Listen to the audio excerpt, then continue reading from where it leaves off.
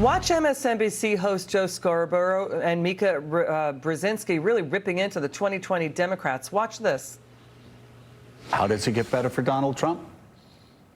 Well, you have Democrats getting worse. We're going to take away health insurance from 160 million Americans. You know what we're going to do? We're going to give health care coverage to people who cross the border illegally. You know what we're going to do? Everything is free. Bernie said it this past week. We're going to forgive all medical debt. You know what we're going to do?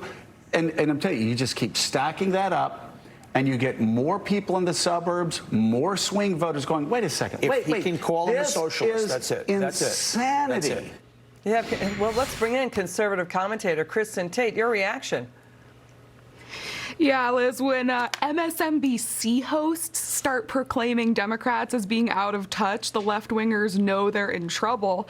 Donald Trump has a lot to be proud of ahead of 2020, like the roaring economy and low unemployment rate. But perhaps his biggest asset moving into the next election is, in fact, the Democrats, as these MSNBC hosts are noting. The Democratic Party of today stands for flagrant socialism, open borders, late-term abortions, gun confiscations, and free everything. I mean, the moderate Democratic Party of the Bill Clinton days is effectively dead. And while the free everything agenda will be very appealing to naive young voters and, voters in blue pockets of the country, when it comes to moderate Americans and blue dog Democrats, they will be very alienated by this message. And, to your point, now, wait for it, watch out, here it comes. The 2020 Democrats, who are the ones still standing in the debates, they're unveiling sweeping climate change proposals, cost trillions of dollars. This is all ahead of the CNN town hall.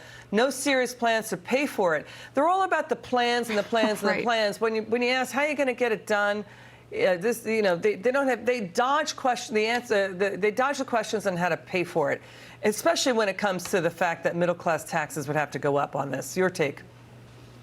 Exactly right. These left-wing climate change plans are pie-in-the-sky proposals that would fundamentally change the American economy and raise taxes. The reason that conventional fuels provide us with about 80% of our energy needs is because they are efficient and affordable.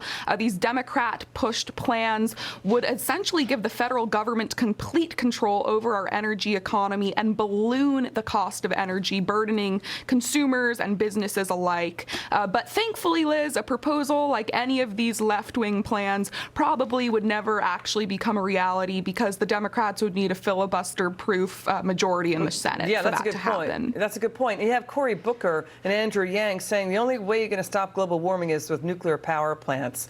And boy, that's really dividing the debate now. The Washington Post out with a column now saying candidates know that voters do not read these plans. These plans are just about conviction. Don't worry about the cost, effectively, is what that Washington Post columnist is saying.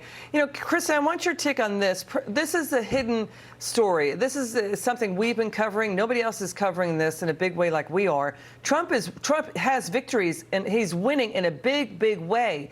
He has nearly 100 conservative district judges appointed, 43 appellate court judges appointed. He's almost gaining on and beating Obama in the number of judges he's getting appointed. Here's Mitch McConnell saying, we're going to fill in, if it happens next year, absolutely we will fill a SCOTUS seat. Watch Mitch McConnell.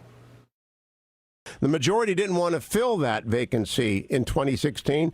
The majority would want to fill a vacancy in 2020. Is that fair characterization of your position? Absolutely. You're absolutely correct. In fact, you have to go back to 1880 to find the last time, back to the 1880s to find the last time a Senate of a different party from the president filled a Supreme Court vacancy created in the middle of a presidential election. Kristin, your thoughts? Well, Democrats might not like it, but McConnell's absolutely correct. In 2016, we had a divided government. In 2019 and 2020, the Republicans will control both the Senate and the White House. And I think we all know that if the situation had been reversed in 2016 and we'd had a Republican president and Democratic Senate, the Democrats would have done the same thing that Republicans did to Garland. So I think McConnell is correct with his statements. Interesting take on that, Kristin Tate. You're always so great with your insights. Come back soon. Author and columnist Kristin Tate. Coming up, the calls for impeachment. They may